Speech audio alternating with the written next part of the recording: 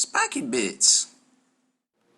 Hey guys, MBG back again with a look at 3 of the most anticipated kits from the new Eldar release. We have the Wraithguard, the Hemlock Wraith Fighter, and also the Wraithknight itself. Obviously this caused quite a stir when it was kind of rumored to be coming out, and the price tag and things like that, and stats lines, and oh my gosh, what's going on? But anyways, it's definitely cool to take a look at these, and I think there's a lot of cool bits and things in here that we could all use, for other projects or for Eldar themselves. So we're going to take a look at those.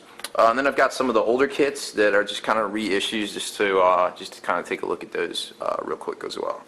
So let's take a look at the Wraithknight first, as that seems to be the one creating the biggest amount of buzz here. The box came to us unopened. There was no shrink wrap or anything like that, and it's just kind of like a flip. Where is it? Like a flip open, and then screws just kind of slide out. Now, as you can tell, this is about the size of a tank box, normal tank box, things like that. So it's not this big, huge Bane Blade size kit that everybody thought it might be for the price tag. However, there is 3 big screws in here that have a lot of detail on each one, of course. And then you've got the 120 millimeter oval that we've all come to know and love.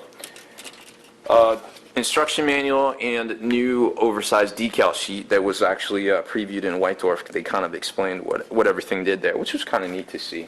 Alright, so let's take a look at the instruction manual first. They started doing these things in Adobe InDesign, it looks like, and that's a great program, because let me tell you, trying to do the instructions in some of these CAD and casting sculpting programs, it really doesn't work so well, so it's good that they got a professional on that.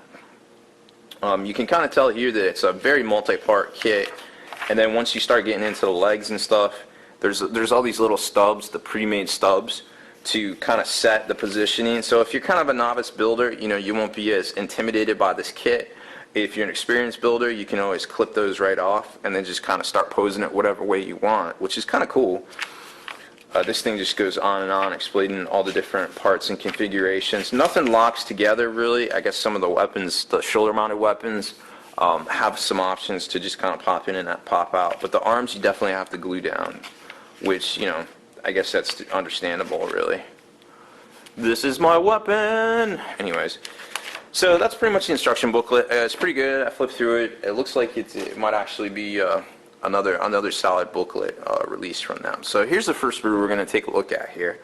Again, it's the size of a normal tank sprue, which is to be expected. It's got looks like the heavy wraith cannons, a couple of like cockpit enclosures, some enclosures around the weapons, some different torsos and things. Then you got the shoulder-mounted weapons, which look to be very multi-part. Like here's the mounting around it, and then you've got the barrels as a different part. I'm not really sure why they did that, but it's very interesting to see. Then you've got some of the armor plating that go around the shoulders and the groin area, things like that. Oh, and this one here is the little where you kind of mount the I guess the torso for lack of a better term.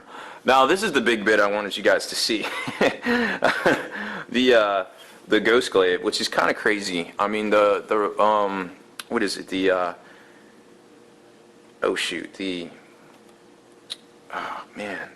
Grey Knight's the Grey Knight sword from the Dread Knight. That's it. Gosh, all tongue-tied this morning. So the Dread Knight sword is only about this big. So this is definitely about a full inch bigger than that crazy big sword. So obviously one of the biggest bits out there. Then you got some pieces of the torso here. The scatter shield. Is that a force shield? I forget. I think it's a force shield. You can take the Sun Cannon and Ghost Glaive. I think it's a force shield. I forget. I digress if I got it wrong there. But then you got a couple of different arm options. You got the bendy arm, the 2-part bendy arm, 2-part long arm, so you can kind of set how you want it positioned and things. Then you've got the fists themselves. So you can really do a whole lot of different poses and such with this. The last piece here is going to be your legs. The leg pieces, obviously kind of chunky, but they take up a lot of space, which is nice, and they're 2-part. Then you got the spires on the back, chest. Here's parts of the head, some more. It looks like they're two-part. Then you've got a couple different cogs and different things for the arms to rotate and things like that. Here, let's take a look at the head. Where'd the head go? Oh, there's the head. So there's the head piece right there.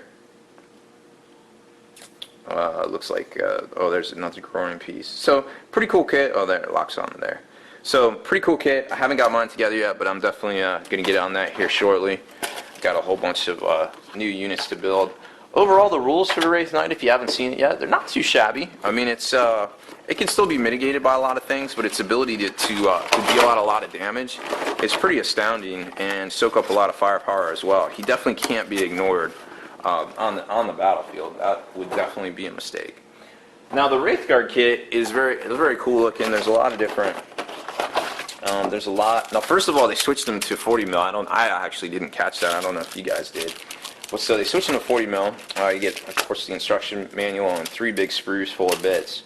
Let's take a look at the instruction manual first. Once again, the InDesign program here at work, and it kind of shows you the 2 versions of the kits you can build. Obviously, you can switch those depending on what you want to do. You can switch them out for the axe or the ghost swords. So it looked pretty good, like how they go together and such. There's a lot of pieces that are supposed to specifically go to each version of the model, like the tabards and such, and the little armor greaves on the sides here. So you can definitely, if you kind of mix and match, you can definitely make a very cool looking Wraithguard. And what I also like too are these top knots, for lack of a better term. What do they call them here? Ooh, choice of crest. That's fancy. All right, so you got choice of crest here that goes on top. So it definitely kind of sets your Wraithguard apart, or, you know, not. You can just keep them basic and such. These would be pretty cool bits to put on, like a Dire Avenger or whatever for the new Dire Sword. Or you can, you know, kind of switch them up. I definitely want to grab my Fugan and switch it out for the axe here, because that axe is just pretty amazing and would definitely look good on a Phoenix Lord. So anyways, that's the instruction manual. Enough of that. Then we get to the actual, it looks like the weapon sprue, the shooting weapon sprue. So you've got the Wraith cannon, the normal Wraith cannon, and then you've got the D-scythe. This is the flamer one, the flamer D-scythe here, not the heavy that the flyer uses. Couple different choices of heads, some of the force shields. You got the spires in the back, whole bunch of different bits on this. Switch to the next one. You got the different legs. Now remember, there's 2 different sets of legs in here. There's kind of like a walking leg, and then like a stance, kind of like a different kind of like stance looking leg, I guess, for lack of a better term.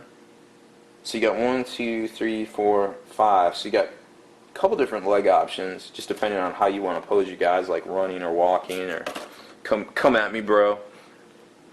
So theoretically, if you got the extra bits, the extra torsos and legs and heads, you would have enough arms, I guess, to make another kit's worth of guys. Kind of seems worth it. Might not be. Might be too much hassle. So there's that. And the last sprue right here shows you kind of the ghost axe I was talking about. These are pretty amazing looking bits. And you got the ghost swords, which are also rather large in size.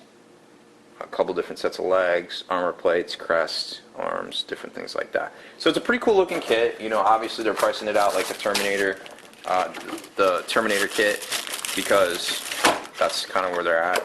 But it makes sense. I mean, these things were like 25 bucks each there from Finecast for a while, and they were definitely like $15 each before, you know, they kind of got rid of the metal.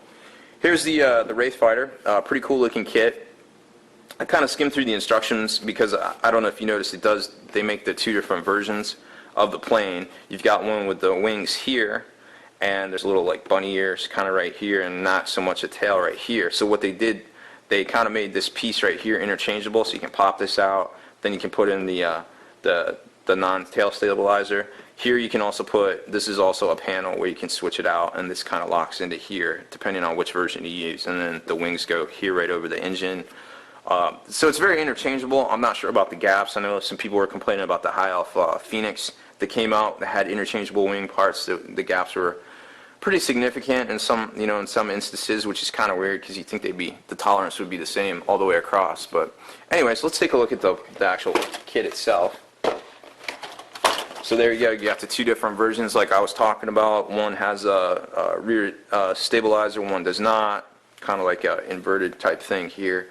So it is theoretically possible to put that piece right there instead of having the bunny ears, but you wouldn't have, there would be a little like kind of recessed notch that this spine actually locks into here. So depending on how you want to do it, you could make this without the bunny ears and kind of have that piece right there, which I think would probably look cool. I kind of like the look of this, but I'm not so much on the bunny ears. But that's the way it is. So it kind of goes through all that, and here kind of shows you how to. Here's some better side angle shots. Kind of remind me of those old fighter jet posters from the '80s. Kind of how everything looks. I mean, you got the couple different weapons. Of course, you can take star cannons, the heavy D scythes, or I think they have bright lances too, depending on the version how you equip it. So kind of weird, but you got some options there. Now this is armor 10 on the side, front and rear, so you definitely have to be very careful with it. I'm not sure how armor 10 flyer will fare in the current meta, but yeah. You can take the full Eldar vehicle upgrades, I believe, on these, and one of them is +1 to your cover save, so that's kind of good. However, you still might take a lot of fire. One of these, I think the Psyker version of it can definitely wreck orcs as far as that goes. So let's just take a quick look at this. You got your stabilizers, your weapons, cockpit. Of course, it comes with the normal little Eldar canopy piece we've all known for years. So there's that one, and then the second one is the actual fuselage pieces itself and the wings. So two sprues, comes with a flight stand and an oval base. And that's pretty much it for that kit. I mean, you got some options. You just have to kind of play around with it, kind of get it to the way you want. Of course, you could probably use this thing for, to stand in for some of the Forge World vehicles. That if you wanted one of them, I think the Nightwing's actually pretty good. It ends up getting a 2-up cover if you do it right, and that's not without the new Codex rules being applied to it. Of course, there's the 3-pack of jet bikes. Nothing new about these jet bikes. Same old jet bikes from the sprue is actually copyrighted in 1994. We've all seen those. Oh, and interesting enough, the Wraithknight sprue was copyrighted 2012. So they've definitely been sitting on that model for at least 6 months, which is very interesting and definitely goes along with a lot of the rumors we've been hearing. Here's the new Dire Avenger box, which contains only 5 models. Definitely drew the ire of a lot of people. This release, because they basically kept the same price and took away half the models, which was a very interesting call there. However, Dire Avengers are pretty amazing. The new Shuriken rule is over the top good. Then you got the plastic Farseer that was leaked a long time ago. This guy's pretty dope looking, and of course he's all one sprue on the back. Big multi-part sprue. So there's that guy as well. Overall, I think it's a pretty good release as far as models go. That's pretty cool stuff. Oh, and then there's the Battle Force too. The Battle Force just basically contains the same stuff. They switched out a Warwalker for a Viper. I think it has everything else is in there like normal. I didn't check the price on it. Didn't really bother with it, to tell you the truth. So it may or may not be more, but I'd almost rather have the Viper than a single Warwalker at this point, judging by the rules. So next up, I'm going to do some Tactica.